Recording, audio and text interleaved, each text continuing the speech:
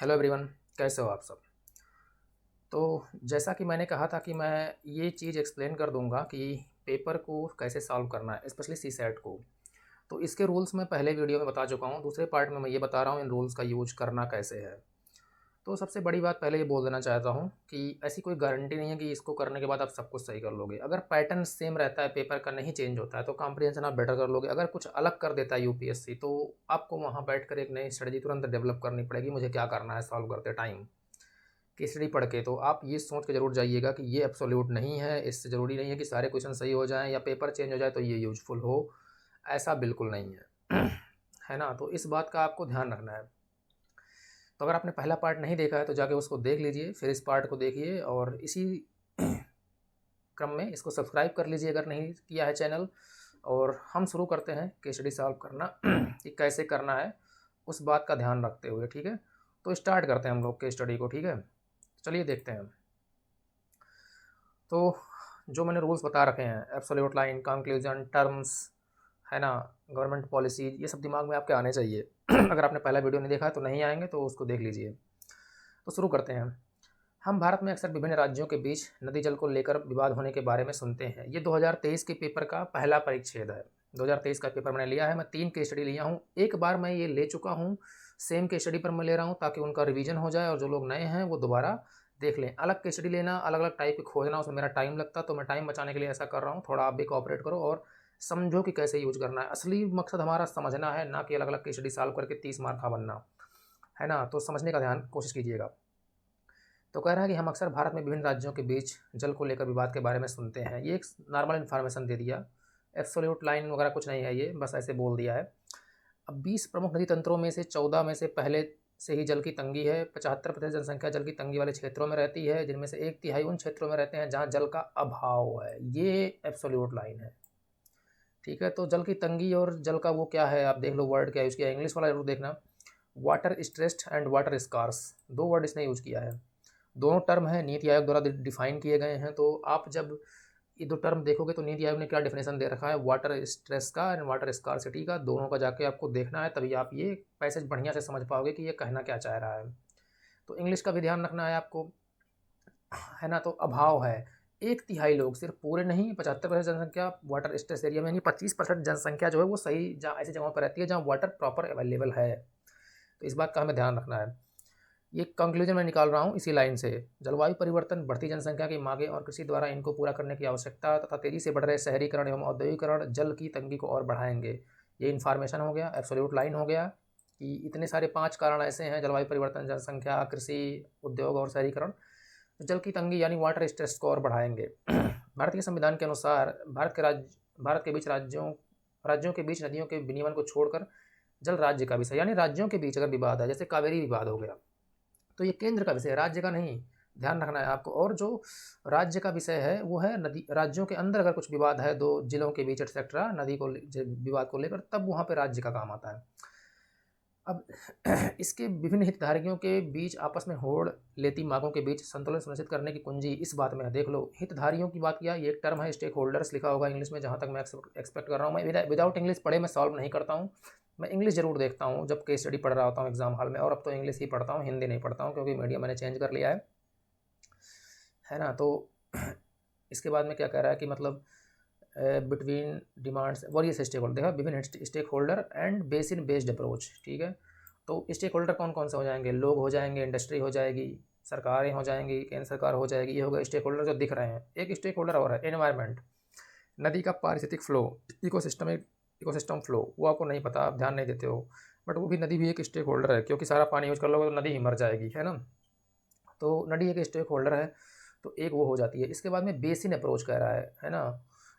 Stake holder is basin approach to allocate water amongst constituent region and state, है ना। तो stake holder के बीच क्या चाहिए हमें, बेसिन अप्रोच। बेसिन अप्रोच में क्या होता है कि वहाँ पे एक नदी बेसिन में कौन कौन सी चीज़ें आती हैं, नदी आ गई, लैंड आ गया, कोई पहाड़ है वो आ गया, फॉरेस्ट आ गया, जनसंख्या आ गई, शहर आ गया, इंडस्ट्री आ गई, ये सारा एक बेसिन के अंतर्गत आती हैं। तो इनके बीच में वाटर का डिवीजन किया जाना चाहिए, ये बोलना चाह रहा है। तो जब आप बेसिन बेस्ड अप्रोच की बात करते हो ना, तो ये सारा आइडिया आपके दिमाग में तुरंत आ जाना चाहिए कि ये सारी चीज़ें उसमें हैं। इन्हें जल का उचित भाग देने के लिए इन सब वस्तुनिष्ठ मानदंडों के आधार पर आकलन किया जाना आवश्यक है। अब वस्तुनिष्ठ मानदंड कर दिया इसने। अब वो ऑब्जेक्टिविटी क्या है, एथिक्स में आपने पढ़ा होगा। ऑब्जेक्टिव मतलब जो डाटा बेस्ड हो, रैशनल हो, प्रैक्टिकल हो, फ्यूचरिस्टिक हो, किसी को नुकसान ना पहुंचाता हो, सभी के लिए हेल्पफुल हो, सभी को फ़ायदा पहुंचाता हो, ये होता है ऑब्जेक्टिविटी, है ना। तो क्या कह रहा है, आकलन किया जाना आवश्यक है कि नदी द्रोणी में की क्या विशेषताएं हैं, मतलब कितना पानी आता है, कितनी बरसात होती है, कहाँ कहाँ पानी यूज होता है, कैसे फॉरेस्ट पाए जाते हैं रिवर बेसिन में एक्सेट्रा, उस पर कितनी बड़ी जनसंख्या निर्भर है। जो मैंने वही बातें बोल दी ऑब्जेक्टिविटी को एक्सप्लेन करके, वही सब लिखा हुआ है, देख लो आप। कितनी बड़ी जनसंख्या निर्भर है, जल का वर्तमान उपयोग क्या है, मांग कितनी है, कितना दक्षतापूर्ण उपयोग किया जा रहा है, भविष्य में कितने उपयोग की आवश्यकता होगी, मतलब वो ऑब्जेक्टिविटी के ही अंदर ये सारी चीज़ छुपी हुई थी, बस उसने एक्सप्लेन कर दिया आपको समझाने के लिए आदि। और साथ साथ नदी और जलभर की पर्यावरणीय जरूरतों को भी सुनिश्चित किया जाना आवश्यक है ना। देख लो, साथ ही साथ नदी जलभर हुआ एक्वाफर्स, इसकी इंग्लिश होती है एक्वाफर्स, है ना। देखो एक्वाफर लिखा होगा इसने, ये देखो, है ना। तो इसकी मतलब कि एक्वाफर क्या होता है, जहाँ पे ग्राउंड वाटर रिचार्ज करते हो जब आप, तो जाके पानी ज़मीन में जहाँ इकट्ठा होता है उसको एक्वाफर बोलते हैं। तो ध्यान रखना, ये एक्वाफर एक टर्म है, ये इंसानों द्वारा नहीं बनाया जाता, ये प्राकृतिक रूप से अर्थ के सिस्टम में ही बना हुआ है, भूगर्भ में। तो ये चीज़ हमें जानना होगा। तो कितने टर्म हो गए इसमें, स्टेक होल्डर हो गए, रिवर बेसिन अप्रोच हो गया, एक्वाफर्स हो गया, है ना। इसके बाद में नदियों के बीच कुंजी सॉल्यूशन दिया है इसने कि मांग लेती संतुलन में सुनिश्चित करने की कुंजी इस बात में है कि द्रोणी पर आधारित नीति, मतलब ये सॉल्यूशन ये दिया है, द्रोणी पर आधारित नीति, मतलब पूरा केस का सॉल्यूशन लगभग ये बन सकता है।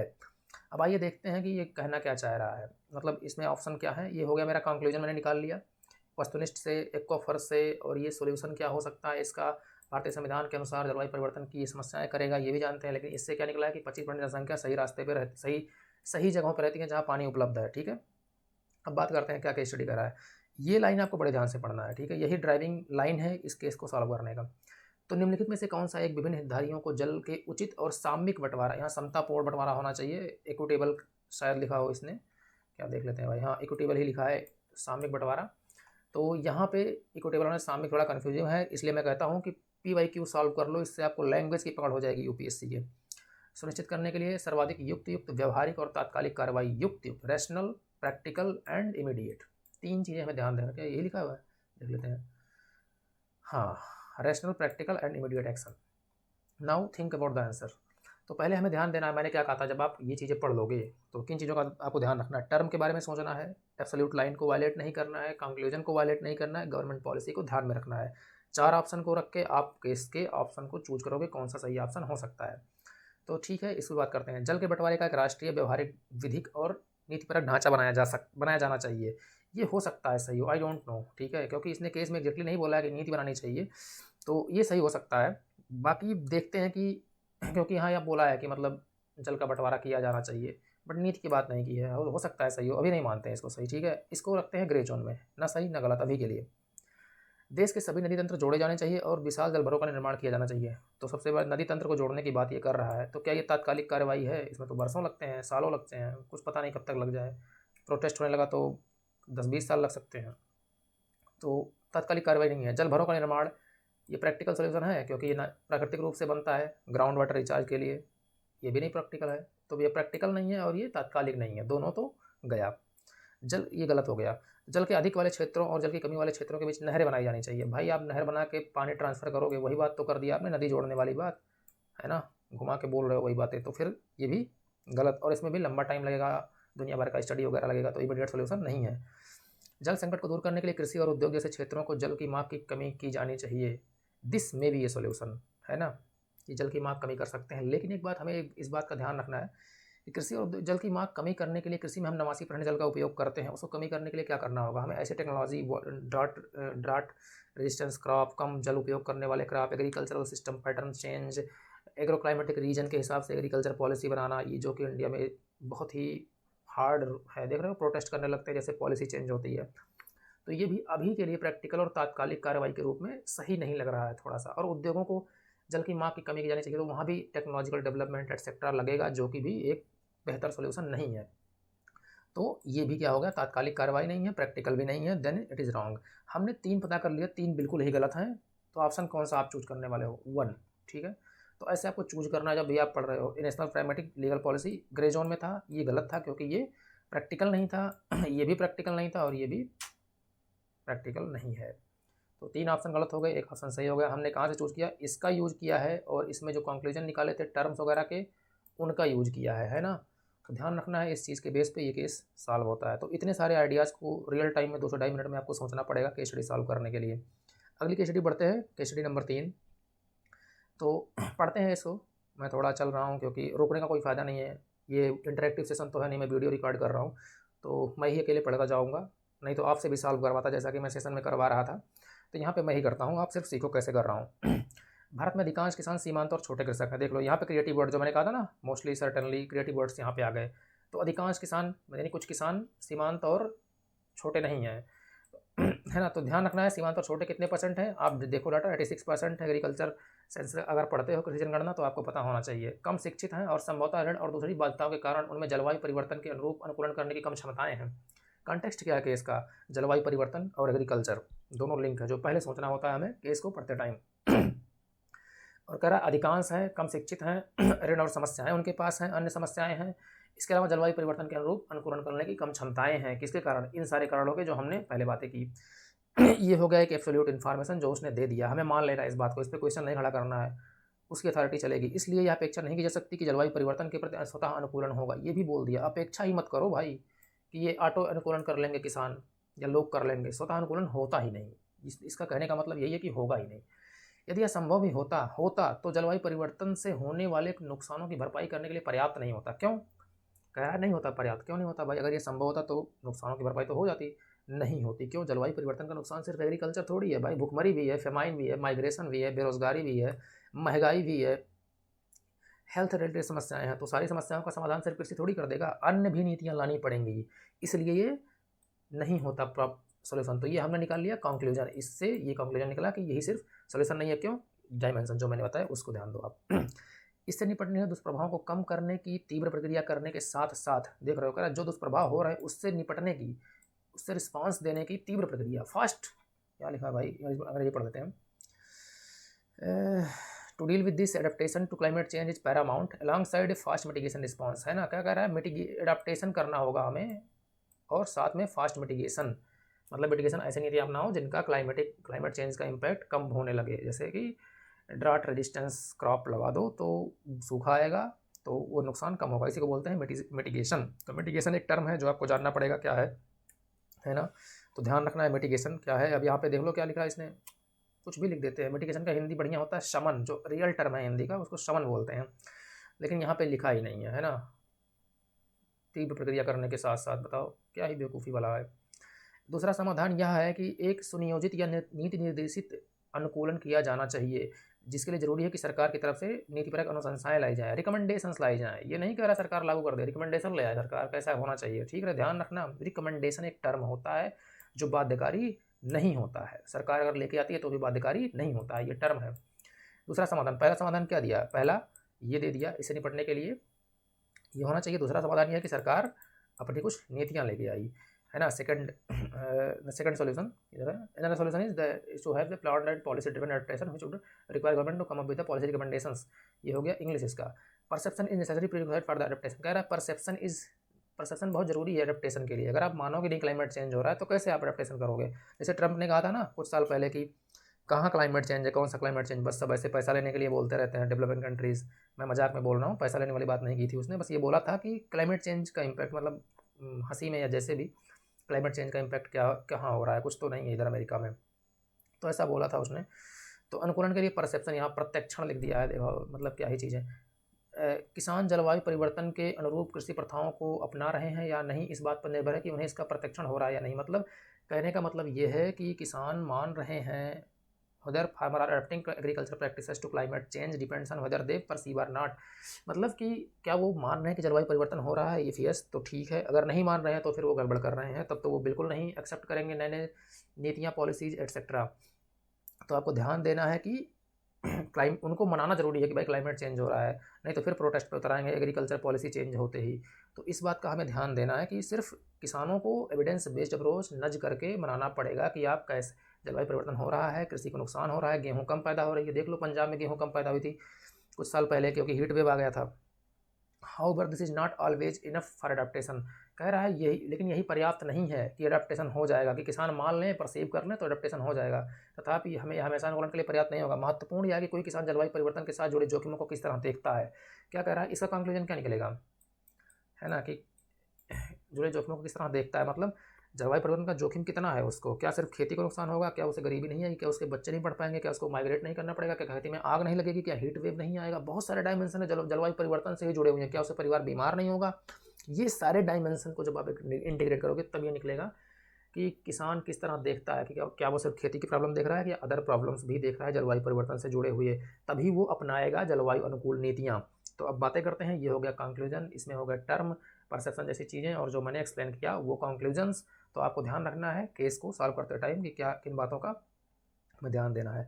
तो निम्नलिखित में से कौन सा एक इस परिच्छेद के लेखक द्वारा सर्वाधिक युक्त रैशनल तर्कसंगत संदेश को सर्वोत्तम रूप से प्रतिबिंबित करता है। युक्तियुक्त, भाई अंग्रेजी पढ़ लेते हैं, रैशनल एंड लॉजिकल बोला होगा, हाँ रैशनल एंड लॉजिकल, ठीक है। तो हम अंग्रेजी पढ़ लेते हैं। Adaptation to climate change and mitigation response are basically the responsibilities of government. देख लो बेसिकली बोल रहा है भाई, क्यों, अभी तो सरकार मतलब बोला है कि रिकमेंडेशन लानी चाहिए, किसानों का परसेप्शन चेंज होना चाहिए ताकि वो लोग बढ़िया से अडाप्ट करें नई पॉलिसीज़ को। बोल तो यही रहा है कि स्टडी, तो क्या सरकार की जिम्मेदारी है, नहीं सबकी भी है। क्लाइमेट चेंज का change in the government policies regarding land use pattern in the country.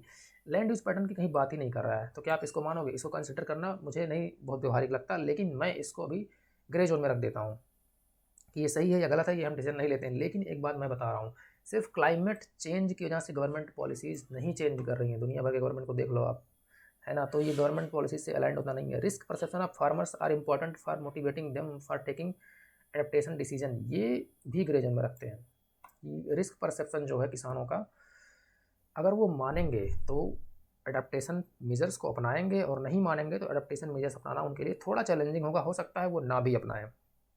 तो इस बात का ध्यान देना है कि रिस्क, ये बोल रहा है कि परसेप्शन जरूरी है ताकि वो अडेप्टेशन, मतलब किसान कैसे परसीव करता है तभी वो अपनाएगा। देख रहे हो, बोल ही रहा है उन्हें एक जलवायु परिवर्तन के अनुरूप किसी प्रथाओं को अपना रहे या नहीं, या इस बात पर निर्भर है कि उन्हें उसका परसेप्शन है या नहीं, वो एक्सेप्ट कर रहे हैं या नहीं। तो ये बात लगभग सही लग रही है।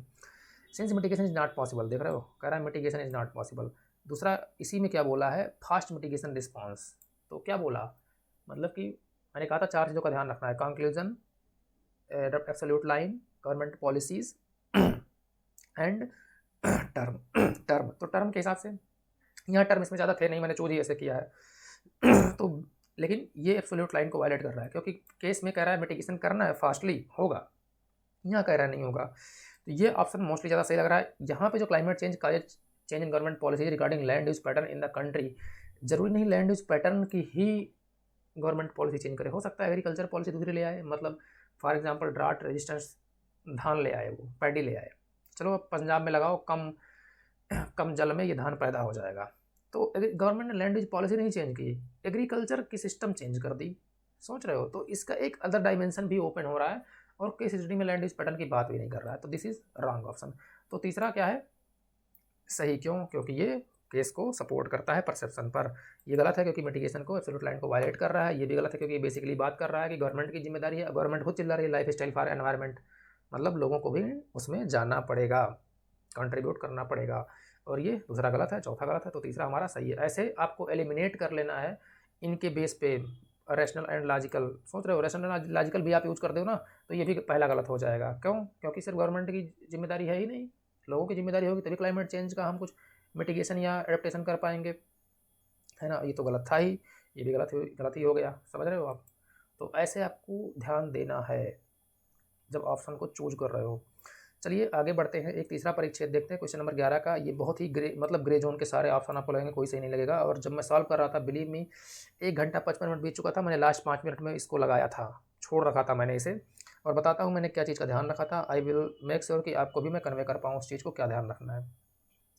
तो ठीक है, आगे बढ़ते हैं। जो उत्सर्जन मनुष्य वर्तमान समय में समुद्र में वायुमंडल में डालते हैं, सॉरी, वे जलवायु को इस नदी के मध्य में और आगे प्रभावित करेंगे। ध्यान देना, क्या बोल रहा है, इस नदी के मध्य में और आगे, है ना, मतलब अभी नहीं की बात नहीं कर रहा है, बट अभी भी जलवायु परिवर्तन का प्रभाव पड़ रहा है हम पर, तो इस सदी के मध्य में और आगे करेंगे। इस बीच प्रौद्योगिकी परिवर्तन के द्वारा भविष्य में जीवाश्म ईंधन से अलग सस्ता विकल्प हो भी सकता है, ऐसा शायद ना हो। कह रहा अगर हम टेक्नोलॉजी चेंज भी कर लें तो हो सकता है कोई अलग ईंधन हमें मिल जाए जलवायु परिवर्तन के निपटने के लिए सस्ता, और ना भी मिले, यही बात ही बोलना चाहता है।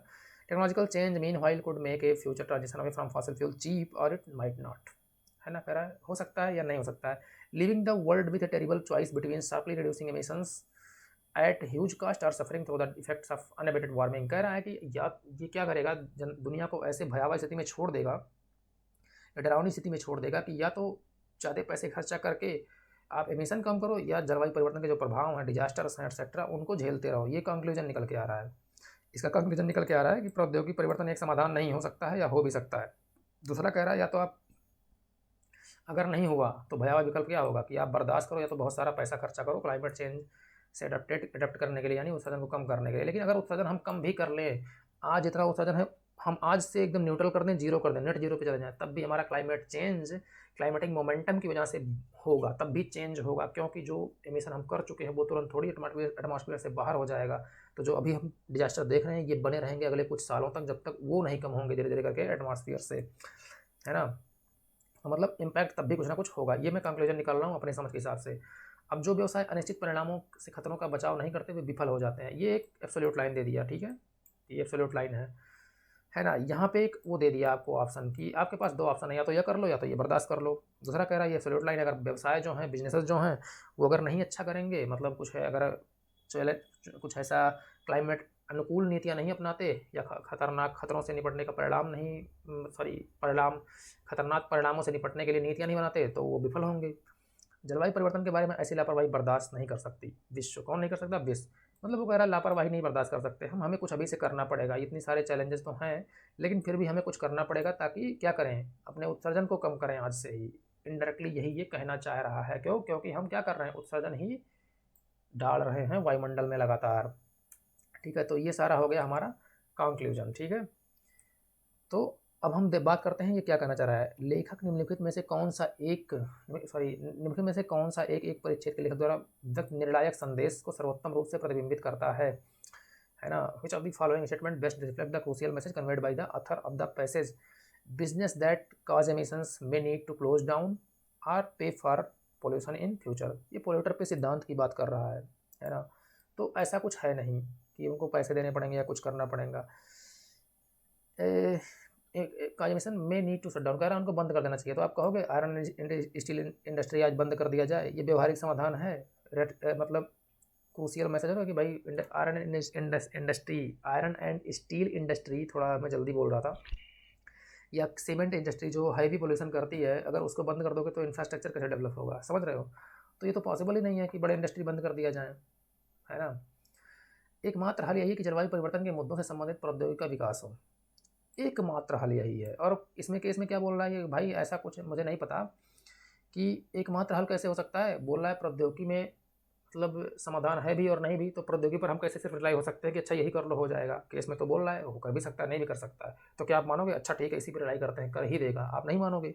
बिल्कुल एकमात्र सोल्यूशन नहीं है।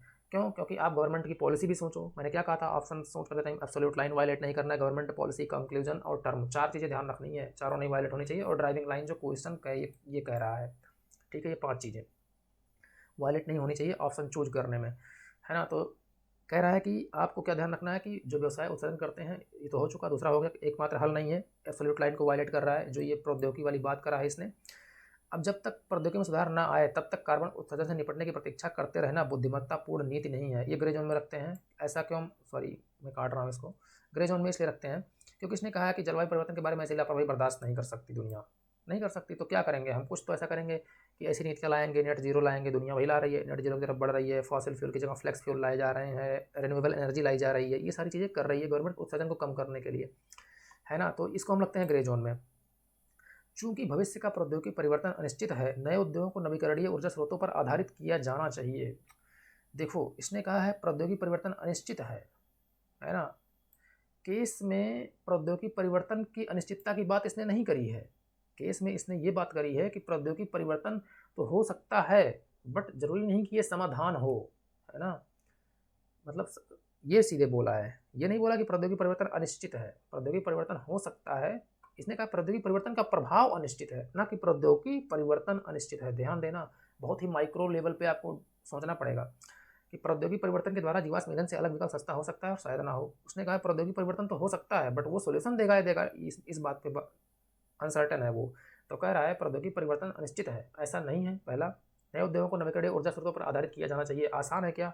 इतनी सारी एनर्जी ही नहीं दुनिया में, तो कैसे हम लोग ये करेंगे? व्यवहारिक समाधान ये नहीं है, क्रूशियल तात्कालिक समाधान नहीं है ना। तो देख लो आप, टेक्नोलॉजिकल चेंज इज अनसर्टन, ऐसा नहीं बोल रहा है कि technological change is uncertain. Technology change हो सकता है लेकिन जरूरी नहीं कि वो समाधान दे। New industry should be based on renewable energy sources, ऐसा पॉसिबल हर जगह पे नहीं है, क्योंकि अगर आपको कहीं उत्तर प्रदेश में इंडस्ट्री लगानी है, नॉर्थ ईस्ट में लगानी है जो इंडस्ट्री, तो वहाँ पे कहाँ से लाओगे आप रिन्यूएबल एनर्जी? क्योंकि हाइड्रो पावर प्रोजेक्ट के लिए दुनिया भर की समस्याएं हैं, वहाँ पे प्रोटेस्ट हो जाता है, इंटरनेशनल रिपरकेशन है। तो आपको सोलर और विंड एनर्जी की पॉसिबिलिटी उधर ज़्यादा नहीं है, तो आप क्या करोगे? मतलब वहाँ पे कोल बेस्ड प्लांट मेघालय में है, आप लगाओगे एनर्जी वहाँ से दोगे, है ना।